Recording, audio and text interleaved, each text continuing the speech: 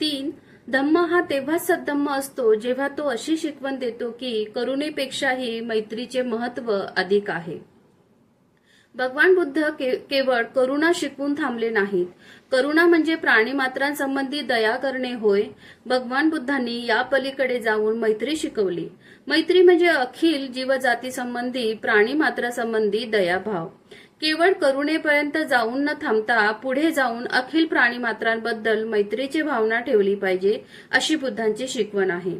श्रावस्ती येथे राहत असताना एका सूत्रात भगवान बुद्धांनी हे एका प्रवचनातून चांगल्या प्रकारे स्पष्ट केलेले आहे. मैत्री संबंधी बोलताना भगवान बुद्ध भिक्खूंना म्हणाले, समजा एक मनुष्य एक विहीर खणण्यास पृथ्वीला खोदतो तेव्हा पृथ्वी त्याच्यावर रागवते काय? नाही भगवान, नाही, ते भिक्खू उत्तरले. समजा एक मनुष्य लाख आणि रंग घेऊन हवेत चित्रे रंगवू लागला तर तो चित्र रंगवू शकेल असे तुम्हाला वाटते काय? नाही भगवान. का नाही? भिक्खू म्हणाले, कारण हवेत असे काळे फलक नाहीत की ज्यावर रंग भरता येतील.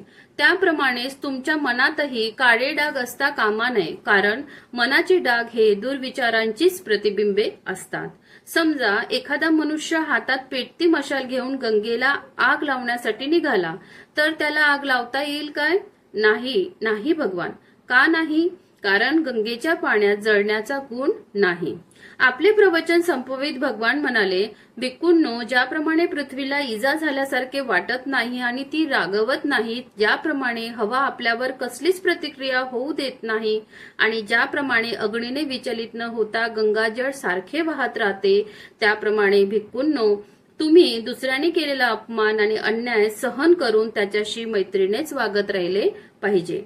भिक्खूंनो, मैत्री ही सतत आणि अप्रतिहत वाहत राहिली पाहिजे. आपले मन पृथ्वीसारखे खंबीर, हवेसारखे विमल आणि गंगेसारखे गंभीर ठेवणे हे तुमचे पवित्र कर्तव्य आहे.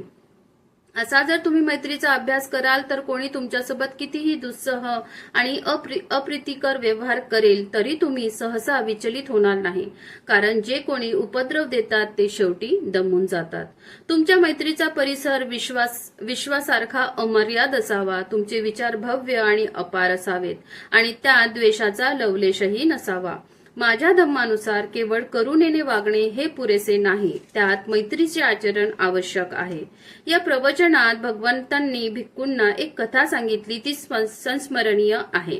पूर्वी एकदा श्रावस्ती नगरात विदेशिका नावाची एक कुलीन स्त्री राहत असे. ती सभ्यता, लीनता आणि सौम्यता या गुणांबद्दल प्रसिद्ध होती. तिची एक मोलकरीण होती. तिचे नाव काली. मोठी चलाक, सकाळी लवकर उठणारी आणि कष्टाळू अशी ती मुलगी होती. कालीने स्वतःशी विचार केला, माझ्या मालकिनीची ख्याती आहे की तिला क्रोध असा येतच नाही, किंवा तो ती प्रकट करीत नाही, किंवा कदाचित मी आपले काम इतक्या चोखपणे बजावते म्हणून तिचा क्रोध प्रकट होत नसावा. मी तिला कसोटी लावून पाहते. म्हणून ती दुसऱ्या दिवशी उशिरा उठली. तिच्या मालकिनीने तिला हाक मारून विचारले, तू इतके उशिरा का उठलीस? मोलकरीण म्हणाली, त्यात काय आहे बाईसाहेब? रागवून आणि चिडून ती मालकीण मनाशी म्हणाली, त्यात काही नाही काय, लबाड कुठली? मोलकरीणने विचार केला, राग हा विकार तिच्या ठिकाणी आहे तर ती दाखवित नाही एवढेच. मी माझे काम चोख बजावते म्हणून ती रागवत नसावे. मी तिची आणखी कसोटी घेईन म्हणून ती दुसऱ्या दिवशी अधिक उशिरा उठली. मालकिनीने विचारले, काले, तू उशिरा का उठलीस? मोलकरीणने उत्तर दिले, त्यात काय आहे बाईसाहेब? आपला राग आणि चीड शब्दात व्यक्त करीत मालकीण म्हणाली, असं, त्यात काही नाही काय, लबाड कुठली? असं तर त्या मोलकरीणने विचार केला, राग हा विचार तिच्या ठिकाणी आहे खरा, पण माझे काम मी नीट करते म्हणून ती तो दाखवित नाही. मी आणखी अधिक तिची कसोटी घेईन म्हणून ती दुसऱ्या दिवशी फारच उशिरा उठली. मालकिनीने तिला हाक मारून विचारले, इतक्या उशिरा का उठलीस? मोलकरीणने उत्तर दिले, त्यात काय आहे बाईसाहेब? असं तर इतक्या उशिरा उठणे म्हणजे काहीच नाही काय, लबाड मुली? असे उद्गार काढून मालकिनीने चिडून रागाने एक काठी उचलली आणि रक्त निघेल इतक्या जोराने ती तिच्या डोक्यावर हाणली. खोक पडून रक्तबंबाळ झालेले आपले डोके धरून कालीने आरोळ्या ठोकून सर्व शेजारी जागे केले आणि ओरडत सुटली, "पहा बाई, माझी मालकीन किती लीन आहे, सौम्य आहे माझी मालकीन. हे एवढे कशासाठी? तर तिची एकुलती एक मोलकरीण उशिरा उठली म्हणून. ती इतकी रागवली, चिडली होती की हातात काठी घेऊन माझ्यावर झेप घेऊन तिने माझे डोके फोडले. याचा परिणाम असा झाला की विदेशिका ही कोणी लीन आणि सौम्य स्त्री नसून ती अत्यंत चिडखोर स्वभावाची आहे अशी तिची कुप्रसिद्धी झाली. याप्रमाणे जोपर्यंत चीड आणण्याजोगे काही म्हटले नाही तोपर्यंतच भिक्खू सौम्य, सभ्य आणि लीन असण्याचा संभव आहे. जेव्हा त्याला चीड येण्यासारखे शब्द बोलले जातात तेव्हाच त्याच्या ठिकाणी मैत्री म्हणजे बंधुभाव आहे की नाही याची खात्री पटते. ही गोष्ट सांगून भगवंतांनी म्हटले, केवळ वस्त्र आणि अन्न मिळवण्यासाठी भिक्खूने मैत्रीभाव व्यक्त केला तर त्याच्या ठिकाणी मैत्री भावना आहे असे मी समजत नाही. ज्याची मैत्री भावना ही धम्माच्या सिद्धांतातून उगम पावते त्यालाच मी खरा भिक्खू समजतो.